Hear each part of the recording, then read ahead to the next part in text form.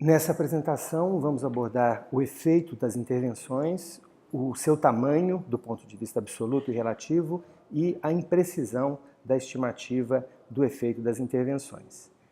Informações são essenciais para a tomada de decisões, mas a estatística agrega dados e permite análise. Por exemplo, a mortalidade foi menor nos pacientes que receberam a espironolactona. Essa informação adicionada dos dados de que o risco relativo foi de 0,7, com um intervalo de confiança explícito e uma significância estatística, agrega bastante informações para análise. Outra informação, comparado à intubação, o CPAP reduziu o desfecho combinado de morte e displasia broncopulmonar em bebês prematuros.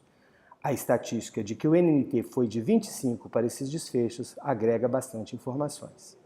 Portanto, nós estamos falando do que interessa para o paciente, o efeito das intervenções demonstrado em um estudo que comparou a intervenção com o controle e mediu as diferenças nos desfechos, ou seja, nas ocorrências de eventos que não interessam para o nosso paciente, como, por exemplo, fraturas, mortalidade, intubações e displasia broncopulmonar.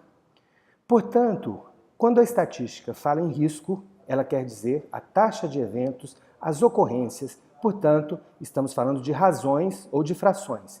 Eventos evitáveis e que não são desejáveis, sobre o denominador expostos, todos os expostos que tiveram ou não tiveram os eventos, portanto, uma fração que pode trazer um resultado em percentual. Isso fica bastante claro, por exemplo, se numa situação o risco for de 9%, ou seja, 9 eventos em 100 expostos, 9%. Mas esse resultado poderia também ser expresso na forma de chances ou de placar. Eventos sobre não eventos. No diapositivo ficaria dessa forma, 9 eventos, 91 não eventos. Ao transformá-lo em fração, 9 e 91, ficaria um pouquinho diferente dos 9% que vimos antes, mas a ideia é a mesma, uma medida relativa, que pode ser comparada, por exemplo, 9% na intervenção, 12% no controle, mas poderia ser comparada também no formato de chances, 9 para 91, 12 para 88, poderia ser transformado numa razão, a razão de chances. Portanto, nós estamos falando de medidas de efeito, medidas que podem ser relativas, que dizem respeito a frações, intervenção, sob controle, mas também a medidas absolutas, talvez mais importantes, em que o que importa é a diferença, controle menos intervenção. Visto de uma maneira mais gráfica, existe um risco basal. Esse risco basal é o risco sem a intervenção, o risco observado no grupo controle, no grupo comparação.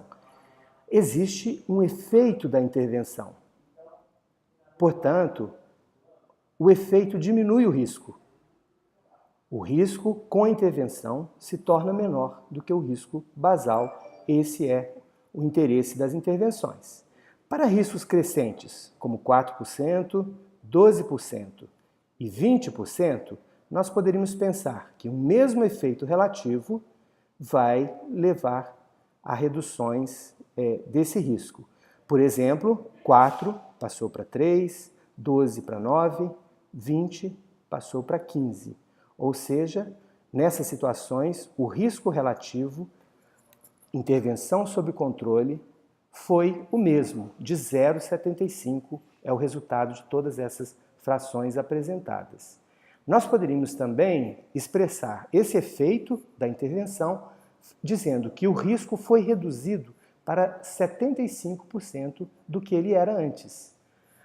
Ou seja, a mesma redução relativa do risco de 0,25 que foi conhecida pela fórmula redução relativa do risco igual a 1 menos o risco relativo.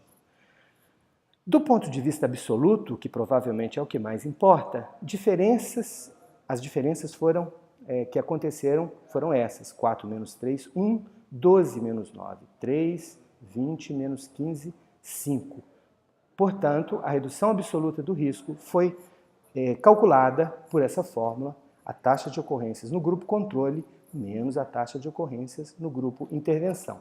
Isso é a redução absoluta do risco, que também pode ser expressa de outra forma, na forma do NNT. O NNT é calculado dividindo 100 pela redução absoluta do risco. 100 dividido por cada redução absoluta do risco nos daria 100 dividido por 1, 100 dividido por 3, 100 dividido por 5. Nós teríamos então o NNT de 100 para salvar um paciente, 33 para salvar um paciente e 20 para salvar um paciente. Portanto, o NNT diminuiu com o aumento do risco absoluto, com o aumento da redução absoluta do risco. E o NNT aumentou cada vez que o impacto era menor. Portanto, o NNT é o número necessário para salvar um paciente de um desfecho por um tempo determinado. Então, essa é o racional do NNT, o número de pacientes tratados para salvar um paciente. A razão de incidências é outra medida relativa do efeito e diz respeito ao efeito ao longo do tempo. Ao longo do tempo nós estamos falando de incidências, então o hazard ratio é essa razão de incidências.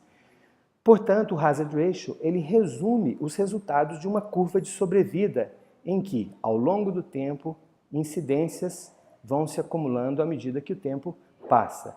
Portanto, se nós dissermos que o hazard ratio foi de 0,65, isso significa que a qualquer momento do segmento, ao longo do tempo, o risco, a razão de incidências, foi 35% menor no grupo intervenção. Esse é o resultado global dessa curva de sobrevida mostrada.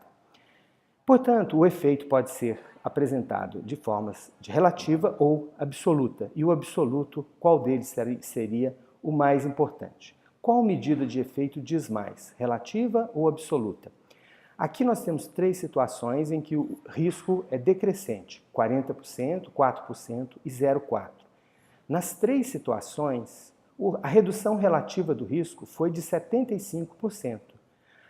Mas a redução absoluta do risco foi muito diferente. No grupo de maior risco ela foi de 30%, no grupo intermediário de 3%, no grupo menor de 0,3%. E os NNTs, como nós já mostramos, o que aconteceu? À medida que o impacto, que o efeito diminuiu, o NNT aumentou. Ou seja, NNTs crescentes, reduções absolutas decrescentes, uma mesma redução relativa do risco, portanto, a medida de efeito absoluto diz mais do que a medida relativa, diz muito mais. Nesse outro exemplo, uma redução absoluta de 2,5% significa que 25 pacientes são salvos a cada 1.000, 2,5 em cada 100, 25 em cada 1.000, a mesma redução absoluta do risco. Portanto, o NNT vai ser o mesmo nas três situações, mas esse impacto, esse efeito absoluto poderia ter vindo de uma ocorrência de 5 que caiu para 2,5, de 22,5 que caiu para 20 ou de 40 que caiu para 37,5 com a intervenção. Nas três situações, a redução relativa do risco teria sido muito diferente, embora o efeito absoluto foi o mesmo, e o efeito absoluto é o que vai importar para os pacientes e para as populações de pacientes parecidas. Portanto, nós podemos concluir que o efeito relativo diz muito menos que o efeito absoluto. Vamos expressar de outra forma. Nessa situação, duas taxas de evento, 24% no grupo intervenção, 60% no grupo controle, o risco relativo seria a fração, 24 por 60, 0,4. A redução relativa do risco, 1 menos risco relativo, 1 menos 0,4, 0,6. A redução absoluta do risco seria a subtração de 60 menos 24, 36. Por que nós colocamos dessa forma? Para lembrarmos do conceito de imprecisão, um conceito fundamental. Como que ele pode ser expresso? Na primeira situação, se o erro aleatório estiver operando, o acaso poderia explicar situações. Nós dizemos que o acaso não explica essa diferença se o P é menor que 0,05. Esse é o conceito de erro aleatório. Talvez mais importante que o erro aleatório, que é dizer que essa diferença foi estatisticamente significativa, seja pensar na imprecisão em termos de intervalos de confiança, pensando, se o estudo fosse repetido 100 vezes, talvez os resultados ficassem naquela faixa, não todos os resultados 60%, mas variando de 36 a 72, ou variando de 9 a 42 no caso do grupo intervenção. Essas duas faixas são as faixas do intervalo de confiança de 95%.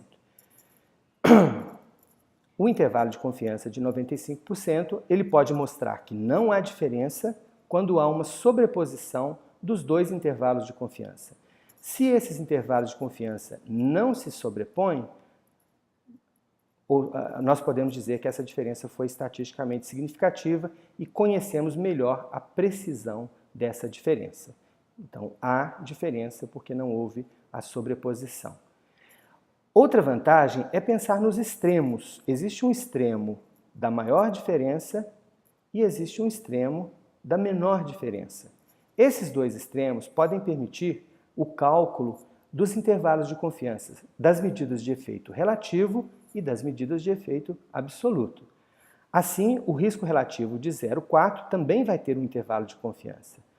O risco relativo de 0,4, se ele for menor, vai ter outro intervalo de confiança. A redução relativa do risco também. E aí, se esse intervalo de confiança ultrapassar a linha da igualdade, nós podemos dizer que a diferença não foi estatisticamente significativa. Mas a informação do intervalo de confiança diz muito mais do que a mera informação sobre a significância estatística, o erro aleatório ter ocorrido ou não.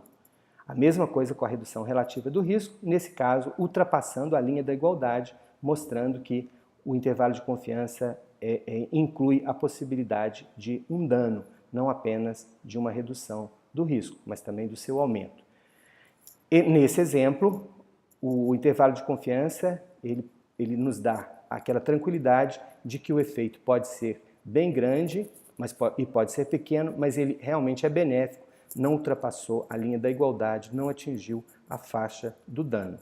O intervalo de confiança pode ser expresso para qualquer, então, medida de efeito. Aqui nesse exemplo, mortes evitadas a cada 1000 pacientes tratados, medida da diferença absoluta do risco. 15 a cada 1000, um intervalo de confiança de 5 a 24. A mesma coisa com o NNT, a outra medida de efeito absoluto. Então, o NNT, por exemplo, para a cessação do tabagismo em um ano com uma dada intervenção, o NNT foi de 14, com intervalo de confiança de 9 a 45. Dessa forma, nós podemos concluir, depois de tudo isso expresso, de que o efeito absoluto diz muito mais do que o efeito relativo e que a imprecisão é um conceito muito mais importante do que o conceito de erro aleatório. Portanto, intervalo de confiança muito mais importante que o P da significância estatística. Com isso, nós concluímos essa apresentação.